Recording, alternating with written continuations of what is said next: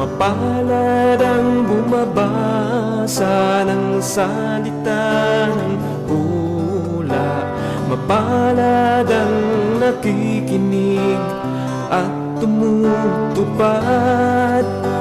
Mapalad ang nahahapis at sila ay aaliwin. Mapalad ang nagugutom at sila ay bubusugin. Alright, magandang gabi pong muli sa inyong lahat, mga kaibigan at mga kapatid kay Kristo. Mapalad ang bumaba. Medyo naputol na naman yung atin pong pagbo-broadcast, ano? Talagang I love you, PLDT. Sarang salita ng hula. Mapalad ang Okay, muli, siyempre binabati natin ang atin pong mga kasama sa Himpapawid, ano ho? nakikinig. Ang kapatid na LB Perez, ayan, naririyan po ang kapatid na LB Perez. Maraming salamat po, kapatid na LB, sa inyo pong patuloy na pagsuporta. At tumutupad. Ang kapatid na Wilson Inigo Vidal, kasama rin po natin, kapatid na Wilson. Bro, kumusta na? I miss you, kapatid na Wilson. Mapalad ang nahahapit. Kay kapatid na Jack Ladra, binabati natin. Sabi ng kapatid na Ladra, wow, praise God. Sa nag-sponsor, God bless po and your family. At sila ay aaliwin. Mapalad ang nagugutom at sila ay At binabati rin natin yung mga bagong kasama natin. Kasi naputol tayo kanina kay kapatid na Lusanta Francisco. Yan, magandang gabi po, kapatid na Lusanta. busugin. Gayon din kay kapatid na Erdan Soralta. Yan, good evening po, kapatid na Erdan Soralta. Ang magtiis hanggang sa wakas, sila lamang ang maliligtas. Ang magtiis hanggang sa wakas. Siyempre, binabati natin yung atin pong si Ma'am Elena de los Reyes, si Daddy Pablo de los Reyes. Magandang gabi po sa inyo. Kay Sister Sharon, kay Ate Kyle, Sister Amber. Yan, magandang gabi po sa inyong lahat dyan. Kay Kuya Renen, kay Jai Jai. Oh, magandang gabi sa iyo, Jai Jai. Ano po? Sila lamang ang Binabati rin natin kapatid na Binhor. Yan, si kapatid na Benhor Andelab, kapatid na Jonel Garzon, at kapatid na Meli Kayabyab Castillo. Yan, at ganyan din binabati natin si kapatid na Lawrence Malida. At yan, at kay Jempol A21. Binabati natin ng magandang gabi. Kasama na si kapatid na Lusanta Francisco. siyang maliligtas.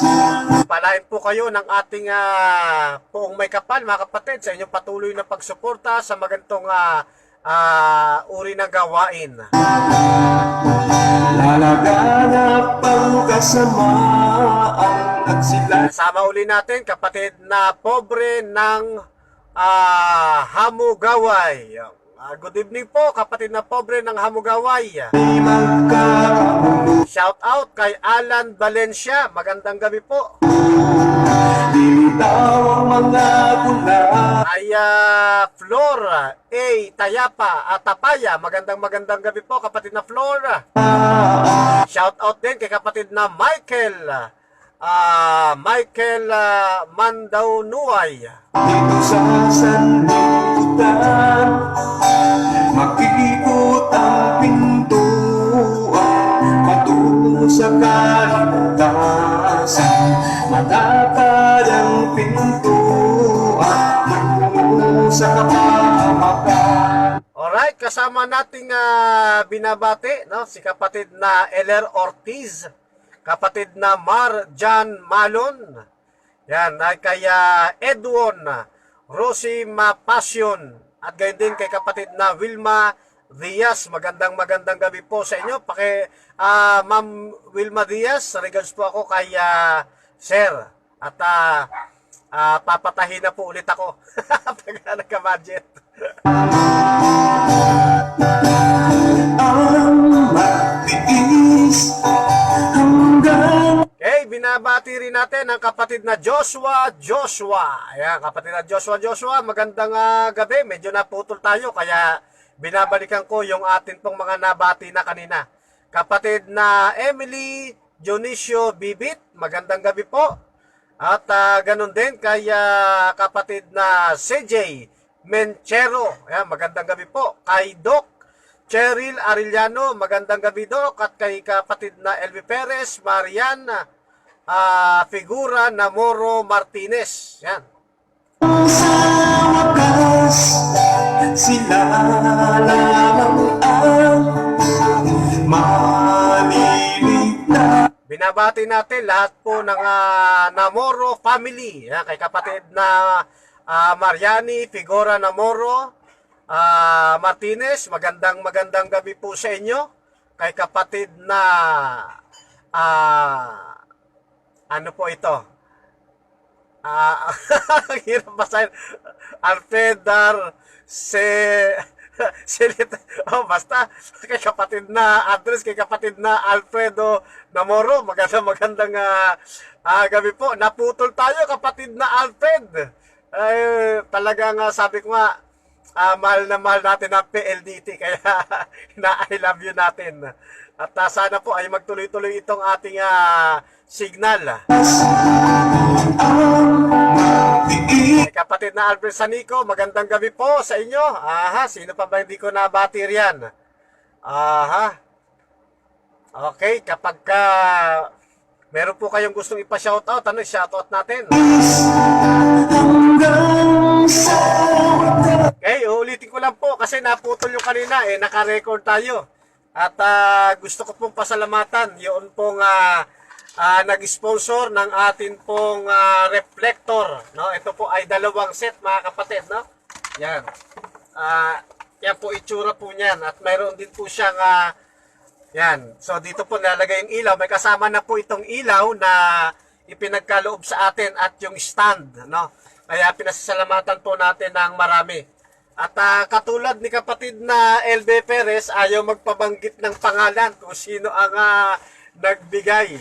Ano, pero sabi ko nga, pinasasalamatan po natin yun pong nag-sponsor.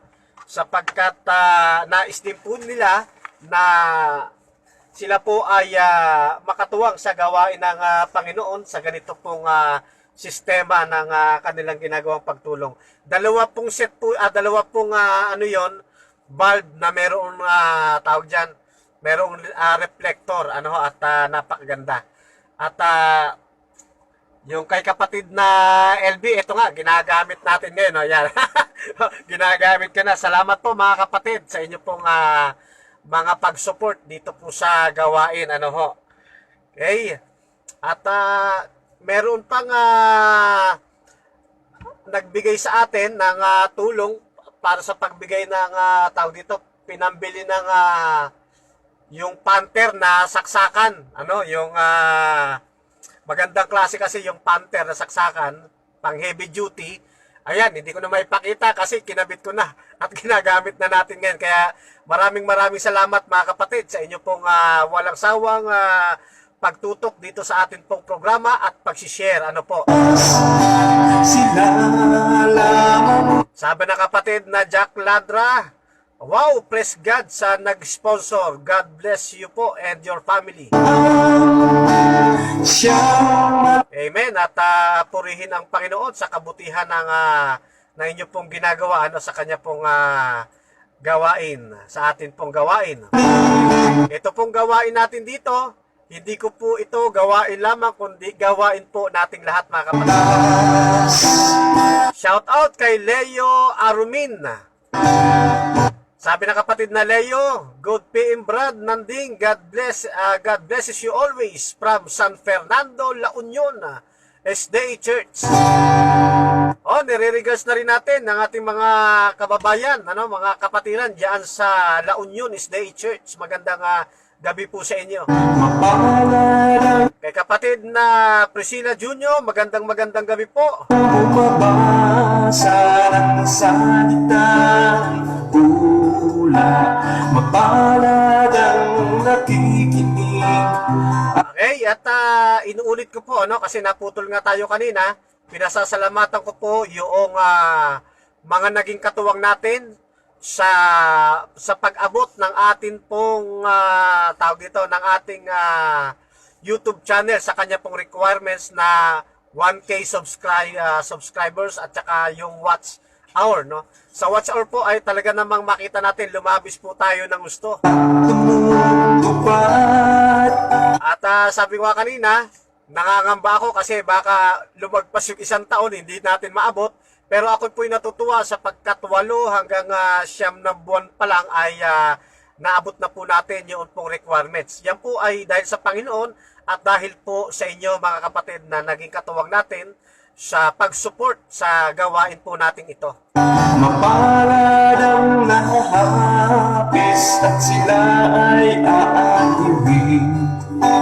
Mapalad ang nagugutom Shout out kay Jopel Katyag. at sila Magandang gabi kapatid na Jopel, gayon din kay kapatid na Leo Arumin. ay busugin. Kay kapatid na Frederick Joy, Frederick Roy, Nap Paredes, Nelly Meral Morillo. Magandang gabi po sa inyong lahat. Ang magtiis Kayo po ngayon ay nakatutok dito po sa ating programa na online Bible Study. hanggang sa wakas sila Alam nyo po, itong programa natin na online Bible Study, wala pa tayong fix na araw kung kailan tayo free. Talaga doon tayo nananamantala. lamang ang Pero ako pinagpapasalamat kahit na ito ay free time. Kayo po nariyan at kasama ko ngayon. maligtas ang magtiis. Ang pamilya ng kapatid na Dr. Samuel Quezon, binabati po natin. Gayon din ang pamilya ng Iskaran. Magandang gabi po sa inyo. Hanggang sa wakas sila lamang Alright, tayo po ngayon darako na sa ating pong pagbabible study. Bago tayo po tuluyang pumalaot, inaanyayahan ko po kayo na tayo ay pansamantalang yumuko sa isang maikli pong panalangin. Dakila po at makapangyarihan naming Diyos, sa pagkakataon pong ito amang banal, muli kaming darako sa pag-aaral ng Biblia na ang hangarin ay mapagtibay ang mga kapatid, maraming kaluluwa ang mailapit sa iyong banal na paanan, magmana ng buhay na walang hanggan. Ang programa pong ito, amang banal ng aming pagbabible study, ay muli naming ipinagkakatiwala sa inyong mga kamay.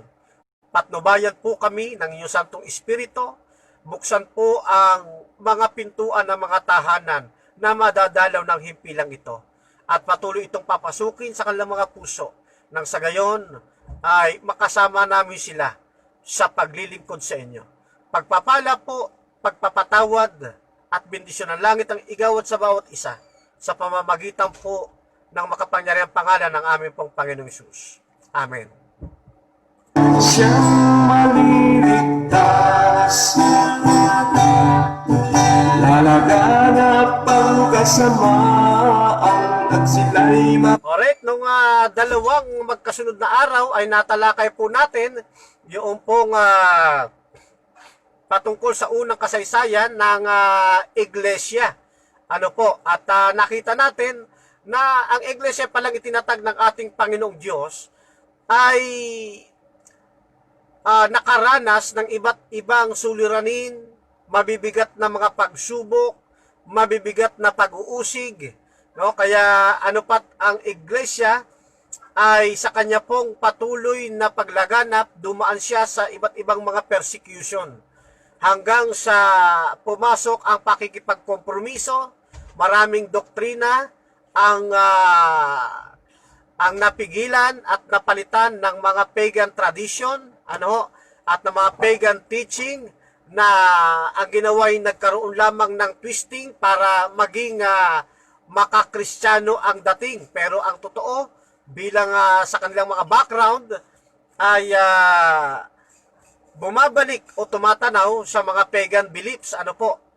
At nakita rin po natin, mga kaibigan, na sa kasaysayan ng iglesia, marami ng mga Kristiyano ang nanindigan at nagbuwis o nabuwis ang buhay ng dahil po sa pananampalataya. Nakita rin po natin na bagamat sila ay pinarurusahan sa iba't ibang kaparusahan, kahit na pumasok pa yung Inquisition, no? Na talagang ang tao ay unti-unting pinapatay, unti-unting pinahihirapan. Pero ganun pa man, ay napakarami pa rin na sa kabila ng dinaranas nilang kahirapan na papunta sa kamatayan, patuloy silang naninindigan at hindi nila iniwanan ang paglilingkod at pagtatapat nila sa atin pong Panginoong Diyos. Isang napakagandang tanawin, mga kapatid, na napakasarap gayahin kung sakaling maulit-uli ang mga nangyari sa nakaraan. Kung sakaling tayo naman ang dumanas ng gayon ding persecution, ay masarap na maging mapagtagumpay din tayo katulad po nila. At siyempre, yan ay atin namang gagawin at atin pong ipagkakatiwala, hindi sa sarili po nating kakayanan, sa sarili nating lakas o sa sarili nating tapang, kundi sa author ng atin pong pananampalataya, kundi sa atin din pong Panginoong Diyos. At nakakalungkot nga, mga kapatid, sa katotohanan ng usapan, hindi pa dumaranas ang mga kapatid ng mga ganong persecution. Kung minsan mga tukso-tukso pa lamang, kung minsan mga tawag dito, mga pagkatisod pa lamang, naigugupo na nila yung kanila pong pananampalataya. Tumatalikod na sa kanilang pananampalataya. Pero pinapag-aralan po natin ang church history upang makakuha tayo ng lakas ng loob. Na kung sakasakali ay maging matibay tayo, sabi nga ni Miss White, maging bato sa pananampalataya. Na tayo datnan ng ating Panginoon sa atin pong kalagayan, kung datnan man tayong buhay pa, na nasa matibay at matatag na pananampalataya. Datnan tayong mainit. Datnan tayong nasa kasigasigan po ng atin pong pananampalataya. At ngayon po, bilang pagpapatuloy ng atin pong pag-aaral, ay tutunguhin po natin ang 1800s na kasaysayan ng iglesia na kung tawagin nga ay modern church. At dito papasukin natin ang 18th to 19th century.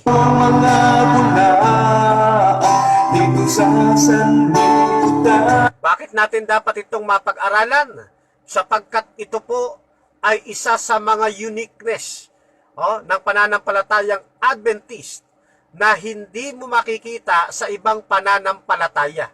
Ang kasaysayang ito ay kasaysayan po ng tunay na nalabing iglesia.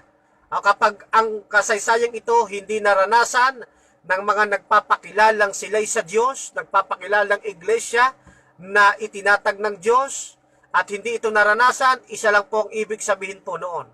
Hindi sila ang tunay na iglesia na itinatag ng atin pong Panginoong Diyos.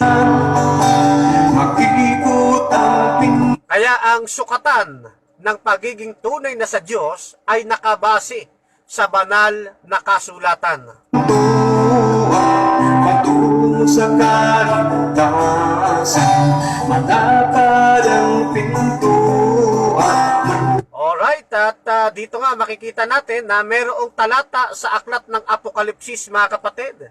Oh, sa Kapitulo 12, diyan tayo magpapasimula ng atin pong pag-aaral ng Biblia. Ang wika po, kung kayo mayroong mga kasulatan, mayroong kayong Biblia sa cellphone, hard copy, kunin po ninyo at samahan po ninyo kami sa pag-aaral na ito. Sa mga mahilig magtanda ng mga topic, kuha kayo ng ballpen, papel, sapagkat mahalaga po ang atin pong pag-aaralan ngayon. Sa kapamakan. Ito ho ay bihirang maipang Bible study dito sa mga online, pero minarapat natin na ilapat ito sa ganito pong pagkakataon at sisikapin po ng inyong maliit na lingkod kay Kristo, Brother Fernando B. Camacho Jr., na mailapat ito, paano ba yon? In layman's term, kumbaga, mailapat natin ito sa inaakala kong mas maiintindihan po nating mga pangungusap. Ano po? Ang magtiis hanggang sa wakas. Dito po sa Kapitulo 6 ng Aklat ng Apokalipsis, talatang 12, ganito po ang ating mababasa, mga kapatid.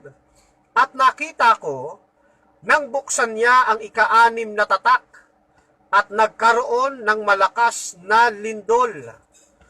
At ang araw ay umitim na gaya ng isang magaspang na kayong buhok na maitim. At ang buong buwan ay naging gaya ng dugo. 13. At ang mga bituin sa langit ay nangahulog sa lupa gaya ng puno ng igos na isinasambulat. Ang kanyang mga bungang bubot pagkahinahampas ng malakas na hangin. Dito po makikita po ninyo, mga kaibigan, na mayroong mga palatandaan o may mga binabanggit na mga kakaibang panoorin. Katulad halimbawa ng pagkakaroon ng malakas na lindol. Ano pa yon? Pag-itim ng araw na gaya ng magaspang na kayong buhok na maitim ang wika, at yung buong buwan ay naging gayaan niya ng dugo, at yung mga bituin sa langit ay nangahulog di umano, na nangahulog anya sa lupa na tulad ng sa puno ng igos kapag ito ay sinasambulat. Yan. At napakaganda po ng talatang ito, mga kapatid. Kung inyo pong matatandaan, ito rin po yung binabanggit ng mga palatandaan doon sa Mateo 24. Na kapag nakita na ang mga palatandaang ito, malapit nang dumating ang wika ang atin pong Panginoong Jesus. At ang kahuli-huli ang palatandaan nga na ipinagkaloob sa Mateo 24, ang maipasok na o maipangaral ang ebanghelyo sa buong sanlibutan, kung magkagayuan niya, darating na ang wakas. Kaya mapapansin po ninyo ang mga Seventh-day Adventist, mga kaibigan namin at mga kapatid, walang humpay ang kanila pong mga programa sa radyo, sa telebisyon, sa Facebook, sa YouTube, sa iba't ibang uri ng sistema ng pangangaral, sapagkat layunin po ng Seventh-day Adventist bilang kinatawan ng tinatawag na Three Angels Message, na ito ay maipasok na ang ebanghelyo sa buong sanlibutan. Sapagkat gusto na nating makita ang atin pong Panginoong Diyos. Kung ako nga po ang inyong tatanungin, mga kapatid at mga kaibigan, ay gusto kong wag na akong abutan ng kamatayan. Gusto kong sa panahon ko, dumating ang ating pong Panginoong Jesus. Pero siyempre, ang kalooban pa rin ng ating Panginoong Diyos ang mangyayari. Kung kailan niya gagawin yung bagay na yon, ay pinagpapasalamat natin ng marami sa ating Panginoon. Naalala ko yung sabi ng isa nating kapatid, hindi ko pa pangalanan. Nako, Brother Fernando, wag naman sana muna ngayon. Sapagkat hindi pa ako handa. Ayan. So, mga kapatid at mga kaibigan, ang ating paghahanda sa pagdating ng ating Panginoon ay wag nating gawin kung kailan siya parating na. Kundi, ngayon pa lang, maghanda na tayo. Sapagkat baka hindi nga dumating ang ating Panginoon ang dumating naman ay yung biglang kamatayan, ay hindi tayo handa. Naku po, medyo delikado po yung bagay na ito. Kaya sabi nga natin sa bawat program natin, wala ng panahon para tayo ay magpa-banjing-banjing sa pananampalataya. Wala ng panahon para tayo ay magpa-petiks-petiks. Ano po, ito na yung time na tayo ay maging mas sigasig sa paglilingkod, maging mainit ang atin pong pananampalataya. Kaya kung nare-realize po ninyo at nararamdaman ninyo sa inyong sarili na kayo po ay wala sa kainitan, kayo ay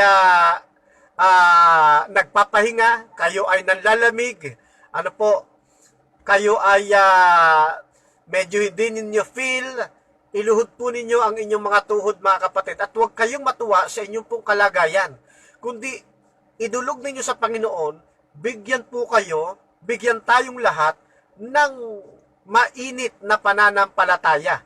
Ano ho? Na siya nating magagamit sa ikapaglilingkod po natin sa atin pong Panginoong Diyos para abutan man tayo ng biglaang kamatayan, dumating man ang ating Panginoon sa panahon natin nang hindi natin naasahan, ay lagi tayong maging handa. Ano po, napakasarap isipin mga kapatid na ikaw at ako ay sama-samang pumaparoon sa alapaap ng langit. Ano ho? At tayo'y nagkakatanawan, di po ba? At habang tayo umaakit, ay nagkakawalan tayo sa isa't isa. Taglay natin ang kaganakan ng ating pong Panginoong Diyos. Di po ba? Kaya, mga kaibigan, mga kapatid, ay palakasin po natin sa tulong ng Panginoon ang ating pong pananampalataya. Na itong mga palatandaang ito, na binanggit dito po sa ating binasang talata, katulad halimbawa ng pagkakaroon ng malakas na lindol, sa kasaysayan ng mundo, ito po ay naganap. Isang lindol na di kawasa na hindi maitutulad, no? Na naganap noon pang mga panahon ng 1755, kung nyo pong natatandaan sa kasaysayan, no, na isang daang libo ang namatay doon sa Lisbon dahil sa lakas na ito, gayon din sa Portugal. No? Kaya ito po ay naitala sa kasaysayan na pinakamalakas na lindol na naganap, no, noong 1755. Maging yung hula ng ating Panginoon at yung nabanggit dito sa ating pong binasa ngayon na talata, yung pagdidilim ng araw at ng buwan, ay nagkaroon na ng kaganapan noong Mayo 19, 1780 na natala rin po sa kasaysayan. Ano po? Gayon din, yung tinatawag ditong pagkakalaglag ng mga bituin. Ano po? Sa pagkakalaglag ng mga bituin na itala noong Nobyembre, no, 13, 1833 na yan ay recorded, mga kaibigan at mga kapatid. At maraming mga palatandaang naihayag na sa Biblia na talaga namang umiral na o nangyari na noon pang panahon bago tayo lumitaw. Ano, bago tayo lumitaw sa ating henerasyon ay mga naganap na noong araw, no? Na ang tangi na nga lamang na atin pong inaantabayanan, hinihintay ay matapos na yung kahulihan, yung maipangaral ang ebanghelyo sa buong sanlibutan. Sa mga panahong ito ng 1800s, mga kapatid, dahil naranasan nila yung mga kaganapan ng hula, no, ay meron pong isang nakilalang tao sa kasaysayan, no, na ipinanganak noong Pebrero 15, 1782 hanggang 1849, sa katauhan ni William Miller. Malaki po ang naging ambag ni William Miller, no, sa kasaysayan po ng muling pagpapanumbalik ng iglesia ng atin pong Panginoong Diyos mula sa pinagtabuyan sa kanila sa ilang. Malaki po ang naging kaganapan o ano ba tawag dito? Naging ambag ni William Miller sa muling pagpapanumbalik, sa pagsasama-sama ng bayan ng ating pong Panginoong Diyos. Sapagkat kung natatandaan po ninyo nang sumiklab po ang Dark Ages, upang wag malipo lahat ng kawan ng ating Panginoon, siya po ay binigyan ng 2 pakpak ng agila upang siya ay tumakas, no, doon po sa ilang. At siya ay kandiliin doon ng 1,260 mga taon. Kaya maraming nagtatanong saan daw po yung ilang. Yung pong ilang na binabanggit sa Biblia, yan po ay sa Europe, mga kapatid. Doon po sila kinanlong. At yung iba ay sa mga karatig na mga lugar naman nag-migrate, mga kapatid. Ano po? Pero ang kahalagahan dito, makita natin, sila ay pinag-ingatan ng atin pong Panginoong Diyos. Samantala, si William Miller noon ay isang US captain noong 1814. Siya ay 1813, pagdating ng 1814, ano po ay naging aktibo ng gusto si William Miller sa pagiging sundalo. At sabi nga siya ay isang captain, no, ng US Army. Dumating po ang panahon sa buhay ni William Miller noong sumunod na taon, 1815. Iniwan niya ang kanyang pagsusundalo. At itinaguyod niyang muli, nirevive niya uli, yun pong kanyang sinasaka. Yan. Sapagkat bago naging army, si William Miller, siya po ay isang magsasaka, at dahil sa kanyang kagustuhan na muli niyang mapangasiwaan yung kanyang pagsasaka, iniwan niya po noong 1815 yun pong kanyang pagiging sundalo. Then, sumunod na taon, 1816, ay nag-umpisa siyang mag-aral ng Biblia sa pansarili lamang niyang kagustuhan. Gusto lamang niya mag-aral, no, para lamang yung kanyang sarili ay magkaroon ng kaalaman sa Biblia. At gamit niya rito, mula sa Biblia, ang katambal niyang gamit ay yung pong tinatawag na Cruden's Concordance. No? Meron nga ako ditong Cruden's Concordance. Akala ko yung Cruden's Concordance nung araw makapal, pero hindi pala siya ganoong kakapal. Pero ito ay kasama sa o tambal na aklat na pinag-aralan ni William Miller, ang Cruden's Concordance. At habang siya po ay nag-aaral, hindi naman ito katulad ng isang nagpapakilalang sugo na nagkulong ng 3 araw sa loob ng kwarto nang walang labasan, na hindi na kumakain, si William Miller hindi naman ganon, kundi nagmasigasig siya talaga sa pag-aaral, hanggang sa na-focus niya yung kanyang pag-aaral sa Biblia.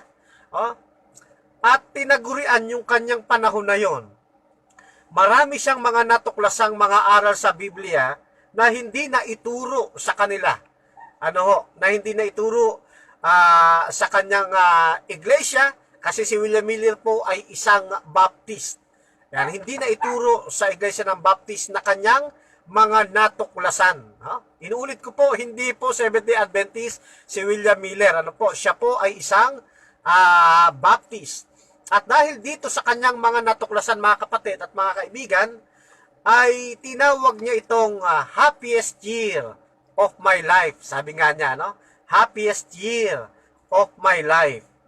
Sa kanya pong masigasig na pag-aaral ng Biblia, napunta siya doon sa tinatawag na the Bible's longest prophecy, yung pinakamahabang propesya ng Biblia. Alam niyo po ba yun, mga kapatid? Kung ano yung pinakamahabang propesya ng Biblia na natuklasan ni William Miller? Ang isang Adventist, bago yan na mabautismuhan, ay alam niya yung pong kasaysayan, ng longest prophecy, no? O yung the Bible longest prophecy. Yan po yung walang iba kundi yung binabanggit doon sa aklat ng Daniel, yung may kinalaman sa 2,300 hapon at umaga, yung 2,300 days. Yan.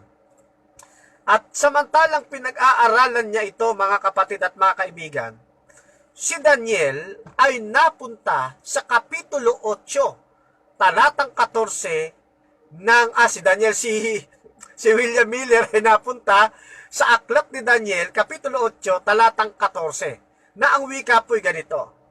At sinabi niya sa akin, hanggang sa 2,300 na hapon at umaga, kung magkagayoy malilinis ang santuaryo. Napukaw ang saloobin, napukaw ang puso ni William Miller sa taguring ito, na may binabanggit na 2,300, 2,300 na hapon at umaga. At kung magkagayon, kapag natapos na niya, malilinis ang santuaryo. Sa kanyang patuloy na pag-aaral sa talatang ito, dumating siya sa chapter 9 ng aklat ng Daniel at ikumpara niya yung dalawang chapter na ito, hanggang sa nagsikap siyang alamin kailan magsisimula yung 2,300 days at kailan ito matatapos. Kasi kapag natapos ito, kung magkagayon anyay malilinis ang santuaryo.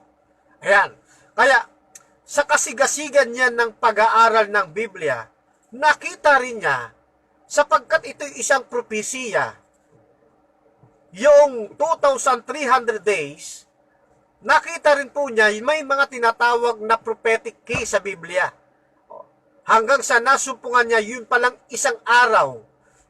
Kapag sa prophetic view, yan pala ay kumakatawan ng isang taon. Kasi pagkakabanggit doon ay 2,300 hapon at umaga. Ibig sabihin, isang araw po yun. Ngayon, nakita po niya, mga kapatid, na ang 2,300 days, ayon sa prophetic view, ay pwede ring tumukoy ng 2,300 years. Kaya, kailan ito magsisimula at kailan ito magtatapos? Yun po pinaghanguan niya yung pong mga prophetic key na kanya pong pinaghahanguan ng kanyang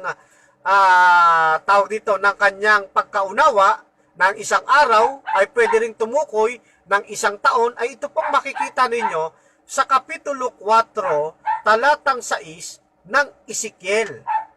Pansinin po ninyo at babasahin natin. Ezekiel 4:6. Ayan, ganito po ang ating mababasa. At muli, pagka iyong natapos ang mga ito, ikaw ay hihiga sa iyong tagilirang kanan at iyong dadanasin ang kasamaan ng sambahayan ni Huda. 40 araw. Tandaan po ninyo, ano pong banggit? 40 araw. Yan, 40 araw. Bawat araw ay pinaka isang taon aking itinakda sa iyo. So dito makikita natin na dito niya hinango yung pong yung kanyang interpretasyon ng isang araw kapag prophetic events, no? Ay pwedeng tumukoy ang isang araw sa isang taon. Katulad halimbawa ng talatangang ito na aking binasa na itinakda sa isang tao.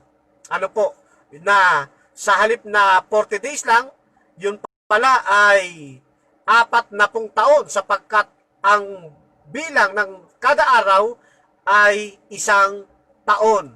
Maliban pa riyan, doon din sa isa pang talata ng bilang 14. Yan, bilang 14, sa mga talatang 34. Pansinin po ninyo at akin din babasahin. Ayon sa bilang ng mga araw na inyong itinitiktik sa lupain, sa makatwid bagay, 40 araw. Sa bawat araw ay 1 taon, ay inyong tataglayin ng inyong mga kasamaan na 40 taon, at inyong makikilala ang pagsira ko sa kapangakuan. So dito makikita natin mga kapatid na may pundasyon yung interpretasyon na ginawa ni William Miller na ang 1 araw ay kumakatawan sa 1 taon. Kaya yung 2,300 na hapon at umaga o 1 araw ay tumutukoy din sa 2,300 mga taon.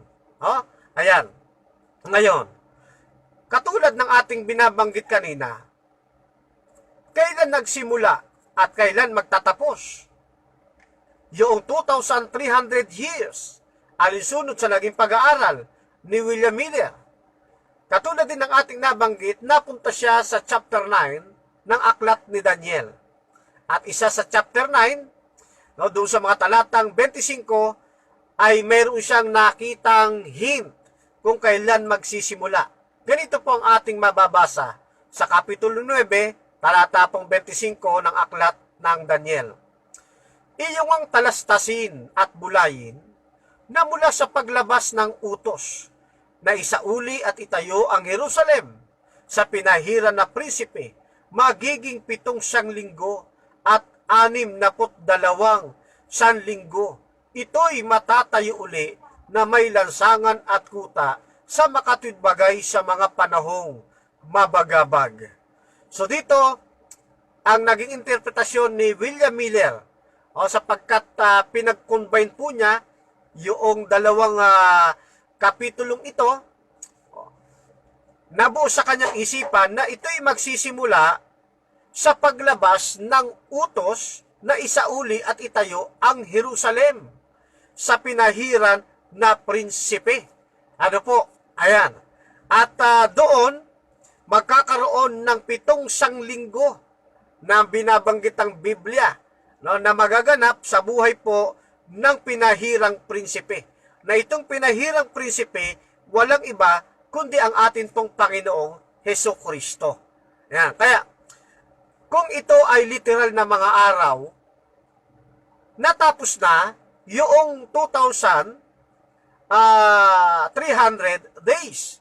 Pero walang paglilinis na santuario yung nakita si William Miller. Kaya sabi niya, ito ay isang prophetic view. At inalam niya ngayon, sino yung naglabas ng utos na itayo, na isauli at itayo ang Jerusalem. Sa bago lumitaw ang pinahirang prinsipe. Nakita po niya mga kapatid sa kanyang pag-aaral, sapagkat si William Miller ay isang matalinong tagapagsuri. Nakita niya na ang kinatuparan nito ay walang iba kundi si Artaxerxes. At nakita rin niya yung talata ng Biblia na nagsasaysay patungkol dito mula sa aklat ng Ezra, Kapitulo 7, talata ay 12 hanggang 13, na ganito po natin mababasa. Si Artaxerxes na hari ng mga hari, kay Ezra na saserdote, nakalihim sa kautusan ng Diyos, ng langit na sakdal at iba pa. 13.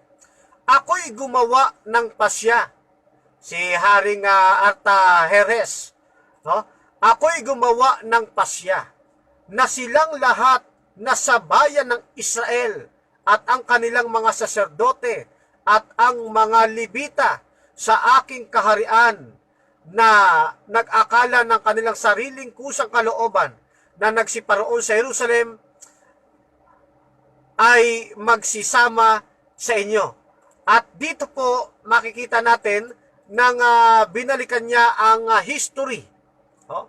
Nakita niya na noong 457 BC, yung pong utos o yung decree ng Haring Artaxerxes, yung kanyang decree, ay naganap noong 457 BC. Yung pong kautusan o decree na i-restore at i-rebuild yung pong Jerusalem. At dahil sa natuklasan niyang ito, mga kapatid, kinumpute niya yung magiging kalunduan ng 2,300 days prophecy. Na natutunan niya na ito ay 2,300 years. Kung nagsimula ito sa utos ni Artaxerxes, na siya namang lumalapat doon sa mga talata ng 457 BC, ang magiging katapusan nito sa ayon sa kanyang pagkukompute ay 1843. Kaya kapag ipinlas po ninyo yung 457 BC, no, at saka 1843 AD, ang lalabas po niyan, mga kaibigan, mga kapatid, ay 2,300 years. Kaya lalong tumibay yung kanya pong paniniwala na sa kaduluhan ng 1843 o sa panahon ng 1843, diyan na magkakaroon ng paglilinis sa sanktuaryo. At nabuo rin sa isipan ni William Miller na yung paglilinis sa sanktuaryo, ito na yung second coming. Ito na yung ikalawang pagbabalik ni Kristo, sapagkat lilinisin niya ang sanktuaryo. At ang iniisip siyempre ni William Miller, ang sanktuaryong lilinisin, yung sanktuaryo dito sa lupa, na sinisimboluhan ng pagdating ng atin pong Panginoong Hesukristo. No?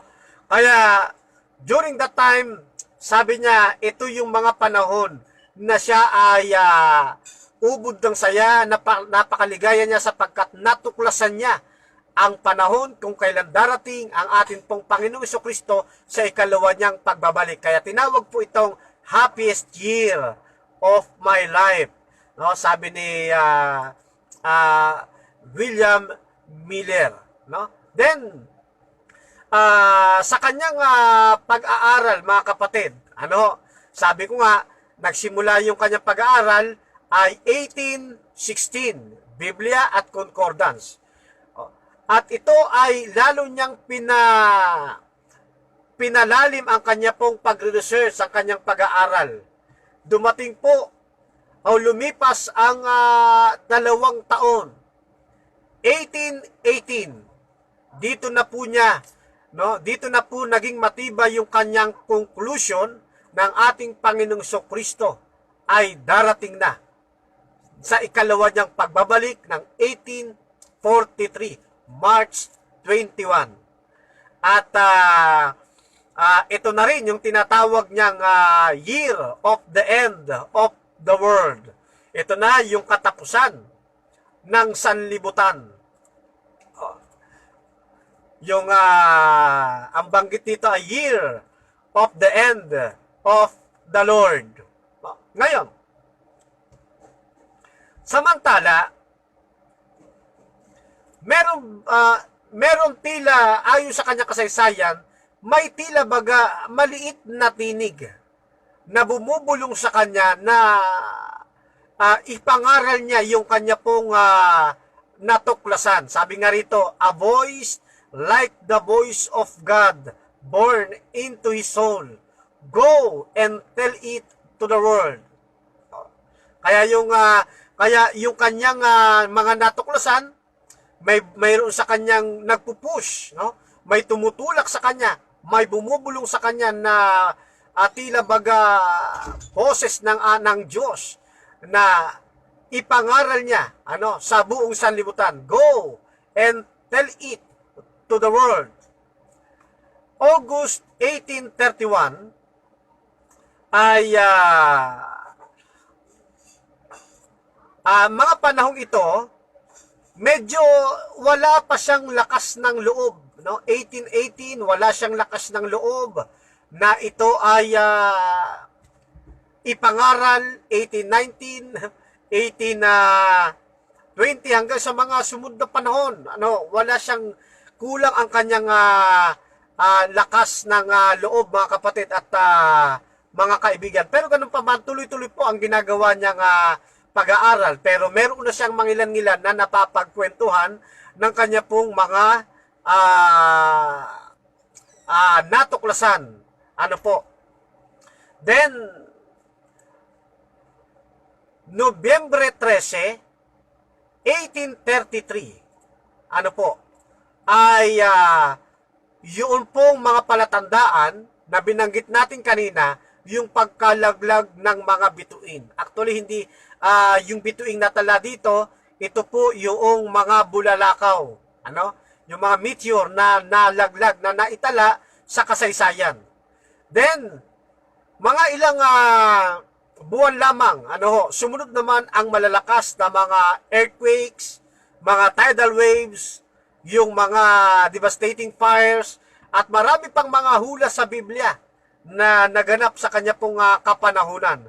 Kaya nabuo sa kanyang conclusion, samantalang nag-aaral siya, nabuo sa kanyang isipan, talagang ito na yung mga palatandaan ng pagdating ng ating pong Panginoong Diyos. Ano? Sapagkat naganap sa kanyang kapanahunan. At gaya ng ating nabanggit, yung kauli-hulihan, yung pangangaral ng Ebanghelyo sa buong sanlibutan, at ito ay darating na ang ating Panginoon kapag ito po ay naganap. Oh. Kaya doon sa kanyang ginawang pag-aaral, meron tila baga nagtutulak sa kanya na ipangaral niya ito, sabihin niya ito sa buong sanlibutan. No? At dito, lumakas ang kanyang loob sapagkat sabi niya, ito na talaga. No? Yung time na darating na ang ating ang Panginoong Hesukristo sa ikalawa niyang pagbabalik. Pero bagamat sigurado na siya at buong-buo na sa kanya pong sa kanyang kalooban. No? Ang problema naman niya, paano niya ito ipangangaral sa buong sanlibutan? Saan siya magsisimula? Paano niya gagawin? No? At yung kanyang loob kulang pa sa tapang. Kaya sa kanya pong kasaysayan, mga kapatid, ay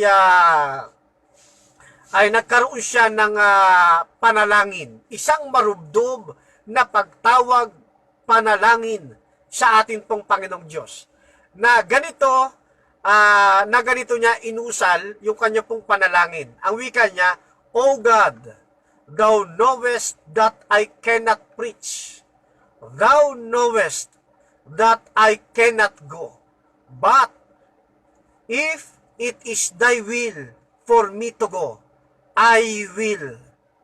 If Thou wilt open the way, I mean, if Thou wilt send an invitation for me to preach, why then I will go. Ito po yung kanyang panalangin. Ano po, na kanya pong inusal, no, sa atin pong Panginoon. Pagkatapos niyang manalangin, ano po, within 30 minutes, merong kumatok sa kanyang pintuan. Sino kaya yun, mga kapatid, yung kumatok sa kanyang pintuan?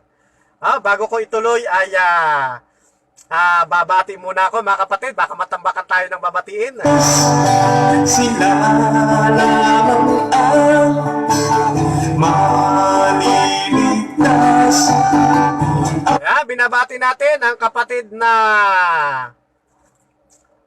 Ami Sibedo. Kapatid na Ami, magandang gabi po. Sabi ni kapatid na Ami, good evening everyone. Gayon din kay kapatid na Johnny Kapampangan. Magandang gabi kapatid na Johnny. Isang masipag nating kamanggagawa sa Panginoon. Kaya subaybayan din po ninyo yung kanya pong programa sa kanyang Facebook page. Ano po? Ang kagandahan dito kay kapatid na Johnny Kapampangan, meron ng mga awiting makalangit, merong mga awiting mga paborito po ninyo, at may pangangaral pa ng Ebanghelyo. Sila lamang ang Binabati rin natin kapatid na Elena Esnanta. Good evening po kapatid na Elena Esnanta. siyang maliligtas. Kay kapatid na Jimwell Manhares Torreda, magandang gabi po. Kay kapatid na Gino Ramirez, magandang gabi po kapatid na Gino. Mapalad ang bumaba Kay kapatid na Beth Laibo, sa lansan Elsa Paes, ng gula. Mapalad shout out kay kapatid na Murillo Dadong. ang Shout out din kay kapatid na Blossom Rapeke. nakikinig I'm sorry, Repeke. at tumutupad. Mapalad ang nahahapis at sila ay aaliwin. Sabi ng kapatid na LV Perez, tama, kailangan nating mag-ready all the time. Tama ka kapatid na Camacho. Amen. Mapalad ang nagugutom Shout out po kay kapatid na Dorotea Pabalan. at sila ay busugin. Gayon din kay kapatid na Sally Pablo. Ang magdiin Kasama rin natin, binabati na magandang gabi kapatid na Edwon Rose Mapasion. hanggang sa wakas sila lamang ang Regards po kapatid na Roy Neri, magandang gabi po. At kay kapatid na Robert Estrelles. maliligtas. Shout out kay kapatid na Carmen Cabo at kay kapatid na Nelly Meral Morillo. Nabati na po natin. Ang magtiis hanggang Frederick Roy na Prades. Good evening sa inyo lahat mga kapatid, mga kaibigan. sa wakas sila Mula kay Leo Arumin. Ito na, nabanggit na natin yung mga taga San Fernando La Union. lamang ang siyang maliligtas. Lalaganap ang Okay, salamat mama at binabati natin ang kapatid na Lilicia Reyes. Yan, kapatid na Lilicia, magandang gabi. kasama Kapatid na Ami Reyes. at sila'y magkakamulo. At binabati rin natin, ano po, yung ating pong mga kasama sa T-Fox. Ano po, ito po ay sa Korean School kung saan nag-work ang akin pong misis. Binabati natin kapatid na Patrick Fernando.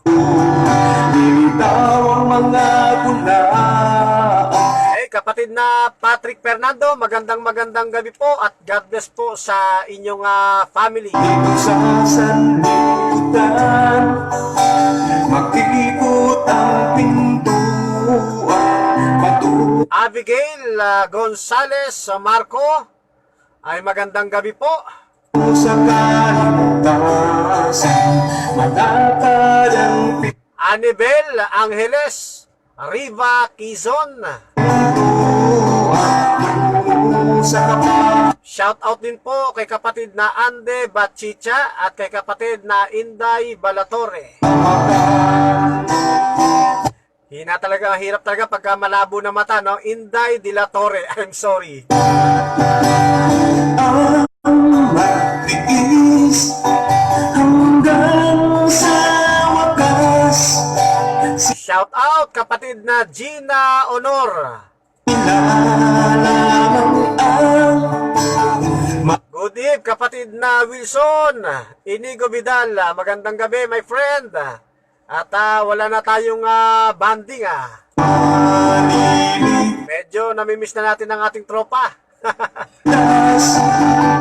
Kay kapatid na Jemwell Manhares Torreda, Ami Sevedo, Tiis